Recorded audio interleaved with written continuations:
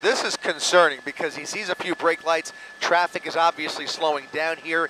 The driver is clearly getting frustrated, looking for any gap to either squeeze through or just get off the freeway. My worry here is that when he gets off the freeway, if this type of driving continues, I don't want to see this end up on surface streets where you've got this kind of a wild driver behind the wheel of essentially a little van like this, or an SUV on surface street. So right now he's hugging that right lane, looking for any gaps to squeeze through, and right now just that one black and white behind him, right, Rob? If we widen out, just the one so far. So trying to get some more backup in here, only the one primary unit behind him.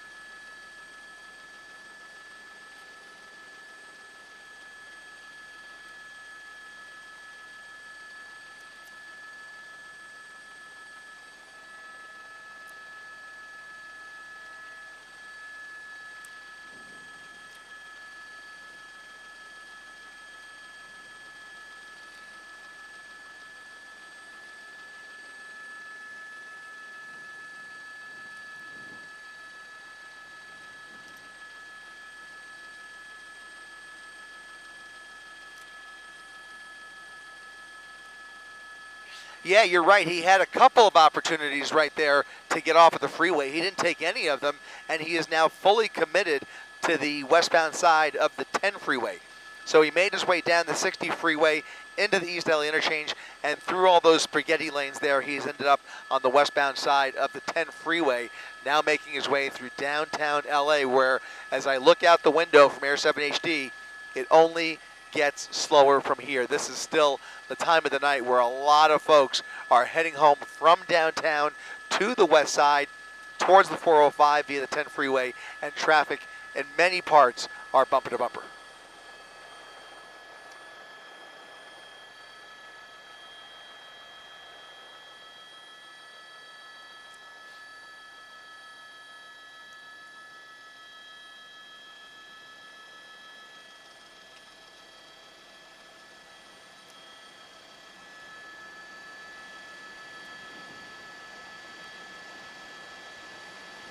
Yeah, really, really concerning about, just imagining what this person might be capable of, whether it's just a lack of competence behind the wheel, maybe there's something wrong with the vehicle that we're not aware of, but in any event, just the wild last-minute turns of that wheel, and look at that. I mean, he's just tailgating some of these other cars.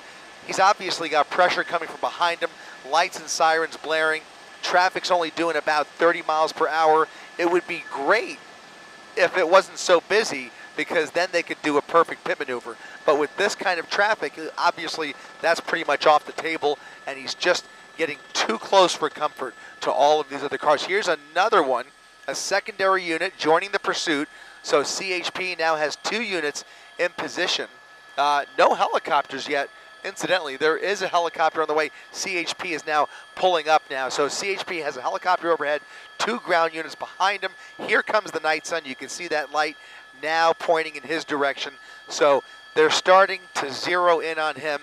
He is losing, the likelihood of him getting away here is going down. So again, 2 units behind him. I think they'd love to see a 3rd unit in that complete pursuit package, and then they can give the go-ahead if they have the opportunity, either on the freeway or off the freeway, for either a pit maneuver, maybe spike strips, maybe some other tactic. But in any event, right now he is just, trying to weave through all this rush hour traffic.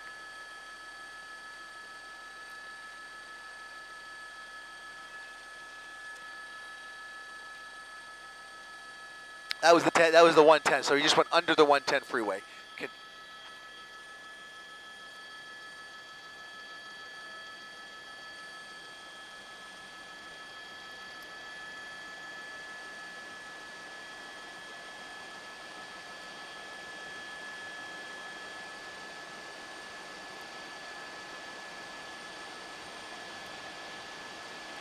Yeah, and still hugging those left lanes. Again, no signs of trying to get off the freeway despite all of the opportunities. He's pretty committed here and continuing to push it to upwards of 80 to 90 miles per hour. Again, at one point when we first joined you, close to 100 miles per hour. I can't imagine that Scion can go much beyond that. He's really pushing this vehicle to its extreme limits here. And, you know, so far he's been successful, still about 80 miles per hour here. He's got some open 10 freeway ahead of him, and then it's going to slow down a little bit more once he gets closer to Robertson.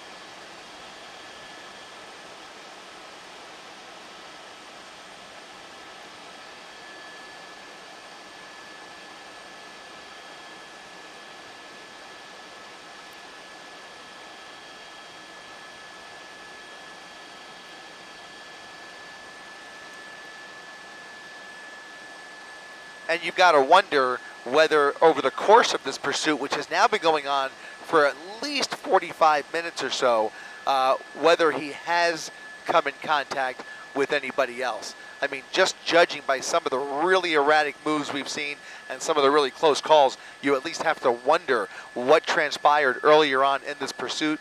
Was it originally a CHP pursuit? Was it handed off to CHP by another agency? Those are details we're still trying to figure out, but nonetheless, CHP taking this over, they are now the primary agency, and they will hand this off to their various stations along the way here. So this is now in CHP's West LA jurisdiction. I think that might have even been a new primary unit that took over just about a mile back there. So they are handing this off. They do have 2 units committed to it, and I would imagine trying to get a third, and if they can, they'll start to perform a traffic break, especially considering the number of other people around him here.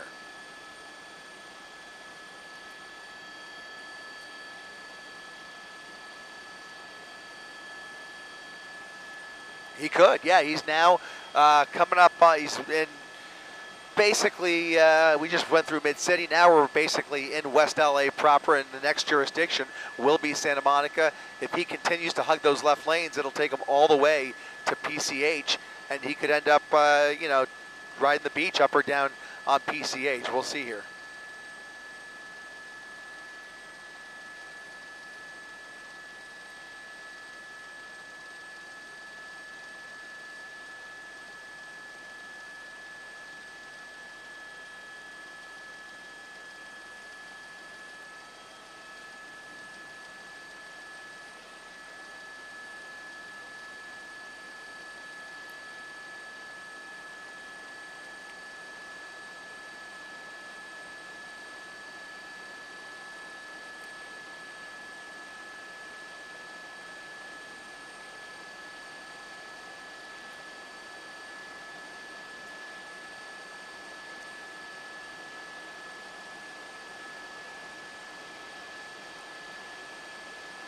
Yeah, and ironically, some guys have all the luck because as we make our way further west here, it does start to open up quite a bit. Ironically, all of the eastbound traffic on the opposite side of your screen, you can see how slow that's going. But the direction he's going in is actually looking pretty favorable for him until he gets a little bit closer to the 405. He does have the option of the 405 coming up here in the next couple of miles. We're just passing Culver City, still holding steady in that #1 lane, that far left fast lane.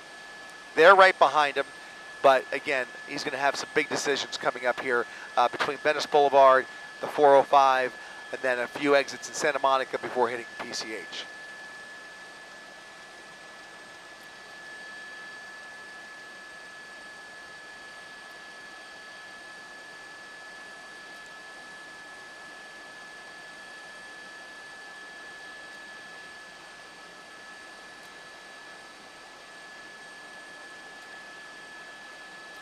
They do, certainly do, occasionally in certain situations, depending on the charges and depending on the traffic conditions. The primary concern here is the safety of the general public. So they don't want to put anybody else in exceptional danger. They want to limit the risk to, the personal risk and property risk. But right now, it's on the freeway. This is their happy place. This is their jurisdiction. They are very comfortable with this pursuit on the freeway. And from the driving we're seeing, it's really the safest place for it to stay. They don't have to do anything too crazy. They just want to keep a visual of him. They don't want to lose him. Time is on their side. They have unlimited units that they can pour in here and dedicate to this pursuit. He is working on a finite tank of gas that eventually will start to slow him down Unclear, obviously, how much he started with here, how much gas is in the tank, but he only has a finite amount of time where CHP can continually swap out those units, follow at a safe distance, and especially as long as he's driving relatively safely. He's moving around a lot, weaving around a lot, and going pretty fast, but not speeds that are unattainable for CHP. Those Chargers can easily keep up with that Scion.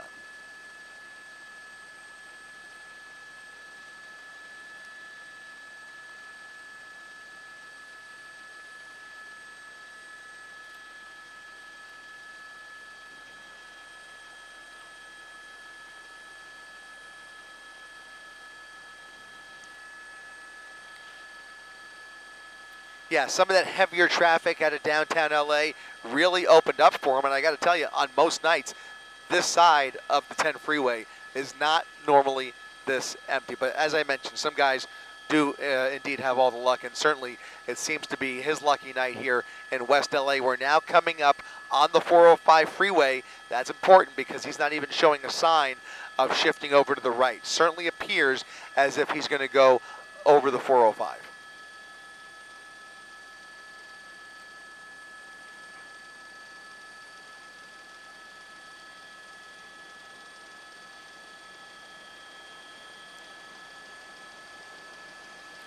Yeah, I don't think they have enough units to even think about a traffic break just yet. They only have those 2 units in position still. Presumably, there's more up ahead. Actually, I understand there are 2 more further back that are joining the pursuit. So they may be able to close off some of this traffic behind him here and prevent him from mixing too much with other motorists.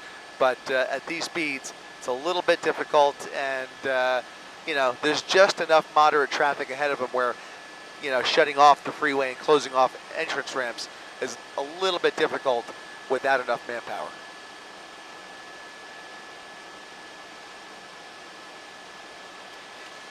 Just past the 405, coming up, we're in just past Bundy now, so we're coming up on downtown Santa Monica, essentially.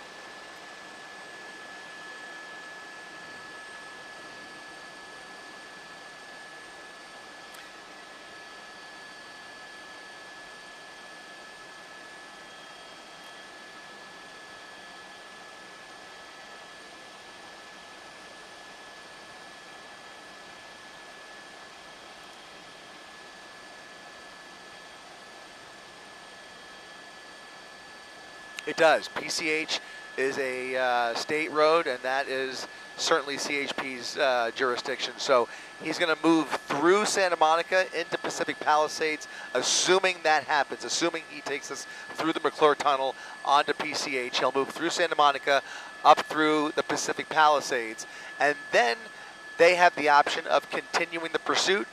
They could hand this off to the Sheriff's Department.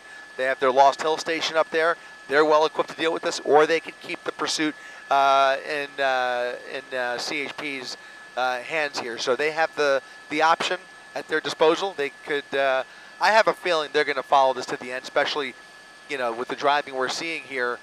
You know, it's just a matter of time before they find an opportunity. I mean, it's not out of the question if you find an empty gap on PCH, maybe they find an opportunity for a pit maneuver, but you know, it depends on traffic. I'm trying to look out the window here, and there are some reasonable gaps on PCH, and then once you get up towards Temescal, there's a little more traffic. So he's going to have an empty stretch here. Sure enough, he is indeed coming up on Ocean Boulevard, and the next stop is going to be PCH here.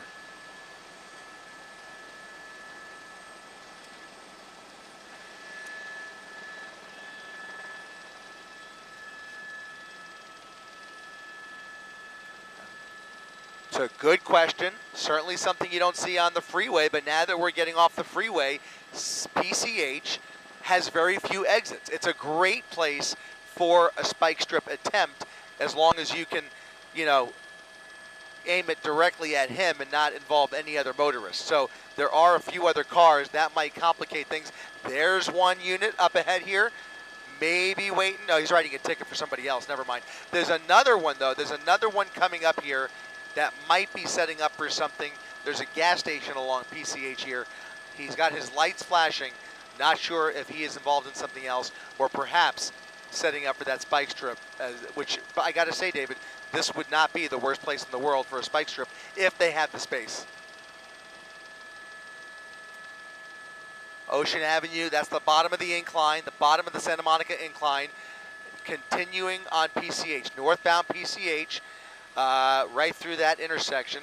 Looked like they had the red light there, continued right through, and now this is that emptier stretch I was telling you about. So CHP about 4 or 5 car lengths behind him, continuing northbound along the beach.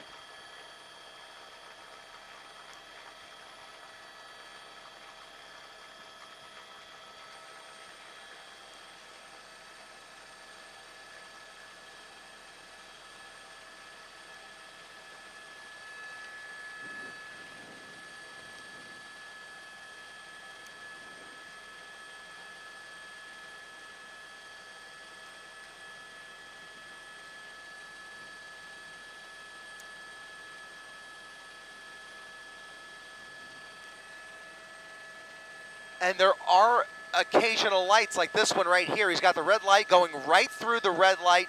This is concerning because we, in the last couple of minutes, while most of this pursuit has been on the freeway, we are now on PCH, which is kind of a hybrid between a highway and a surface street because traffic kind of fluctuates as you come up on these intersections. And with the aggressive driving that we have seen and some of the really erratic behavior, even on the freeway that we saw, I really worry if he encounters another intersection where he's got nowhere to go. I can imagine this guy jumping right into oncoming lanes of traffic, doing whatever it takes to get away from that primary unit.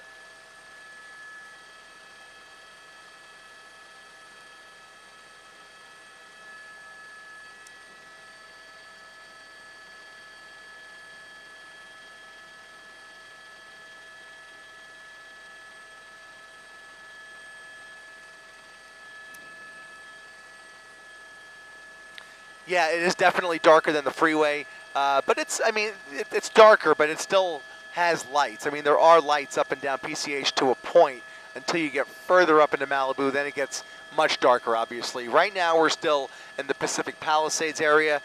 Sunset Drive, I think, is coming up here, and then we just passed Sunset. Did we just pass Sunset? I think we passed Sunset. So now, once he gets past the Getty, that'll be the entrance into Malibu. And you can see already as we get further up here, traffic is dwindling. There are much fewer cars up here, and that may provide them with an opportunity, as you mentioned, either for a spike strip or potentially a PCH pit.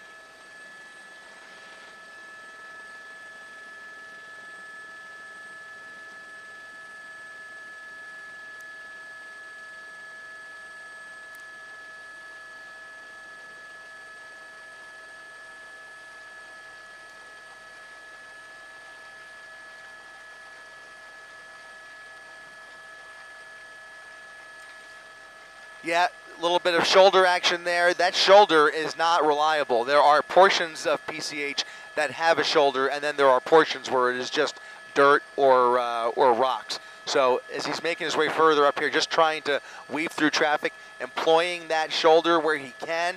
He's got a middle divider for now. Even that is going to start to thin out here. He's going to have less pavement to play with. But right now, you can see him speeding up quite a bit here. We'll throw up the real-time speed tracker as he continues northbound on PCH at about 60 miles per hour. That's just above the speed limit, so not extreme speeds here. But if he continues, it's going to pose a real problem. But look at that. There's a real stretch right here where if they were right up behind him, if he was going slow enough, which he's not, if he managed to slow down even a little bit, then they can consider that pit.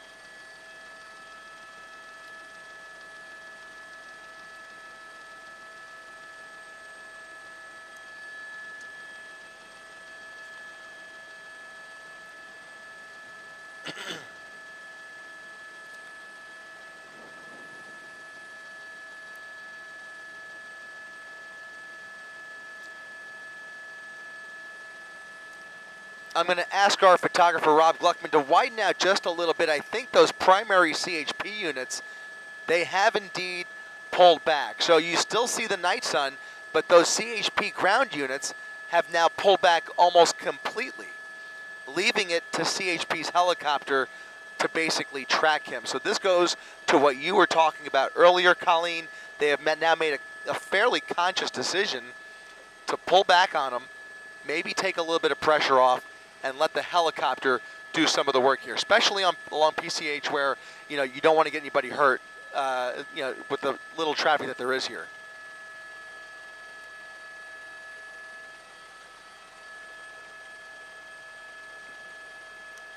He is desperate. He is desperate.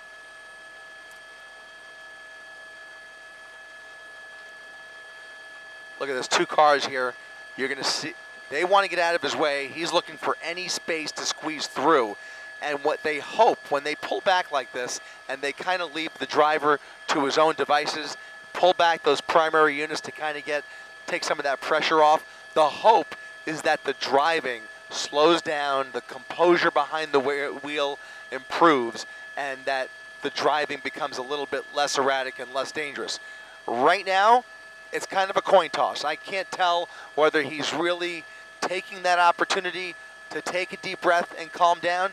He's not weaving as much as he was until he encounters some of that traffic you saw just, I mean, merely maybe 2 or 3 minutes ago, jumping on that shoulder. So it still seems like he's very agitated, despite the fact that there's nobody right behind him.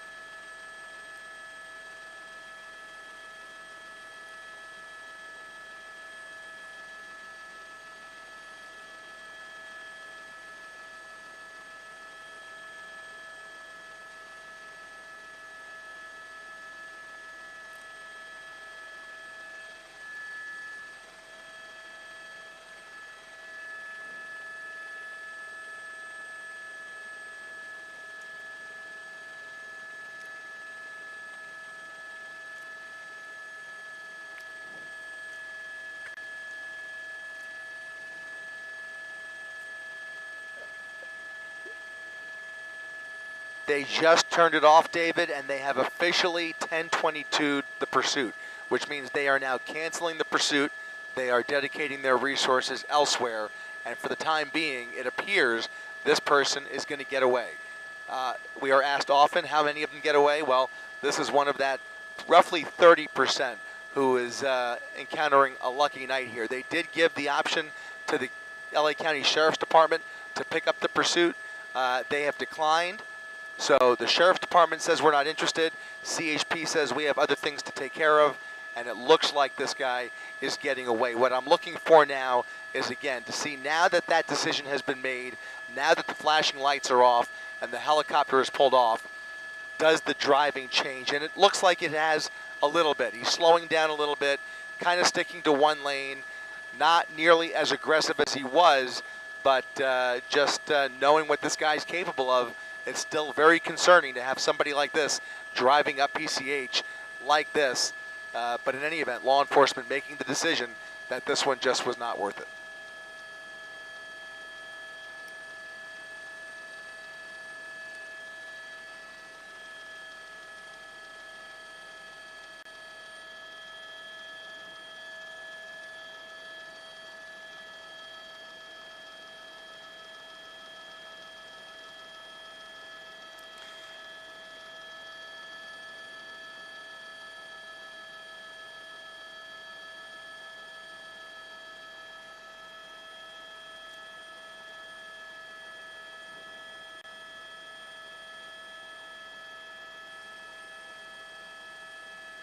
You got it.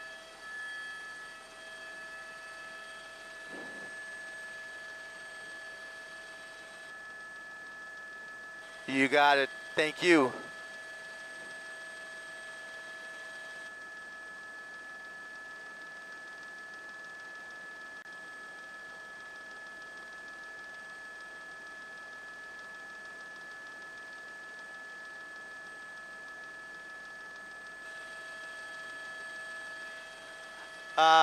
I think that this is pretty much a lost cause at this point. Nobody's picking it up, and unfortunately we're in the backup, so the further the further up we get into Malibu, our radios aren't too great up here either. All right. Copy that. Thanks, guys. Appreciate it.